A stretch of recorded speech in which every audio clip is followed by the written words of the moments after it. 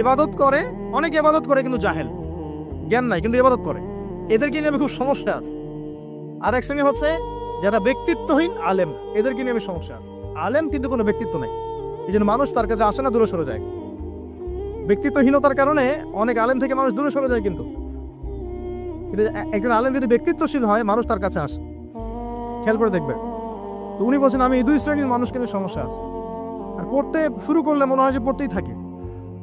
বলছেন যে আমি অনেক জায়গায় ঘুরলাম, অনেক কিছু দেখলাম, শুনলাম, বুঝলাম, শেষে গিয়ে বুঝলাম যে মানুষ শুধু স্বার্থের জন্যই মানুষের কাছে থাকে।